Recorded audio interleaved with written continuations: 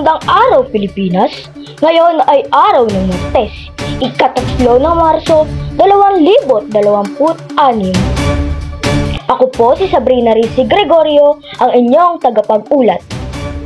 Sumabog ang Bulkang Kanlaon sa Negros Island, pasado alas 7 ngayong gabi. Kasunod nito, nagbabala ang PBOC sa posibilidad ng ashfall sa ilang bahagi ng Negros Occidental.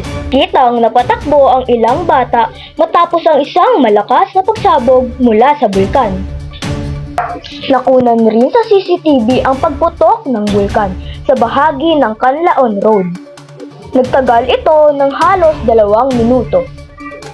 Ayon sa PBOC, ang pagputok ay dahil sa pagbara ng daanan ng volcanic gases.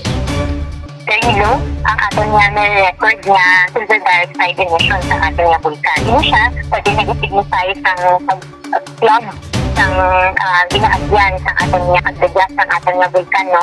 Too much pressure, dito sa aton nga bulkan, amo na siya nga nag-aara kita ng mga explosion.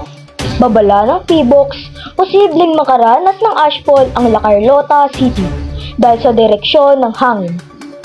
5 LGU na ang nagdeklara ng suspension ng face-to-face classes dahil sa pagputok ng bulkan.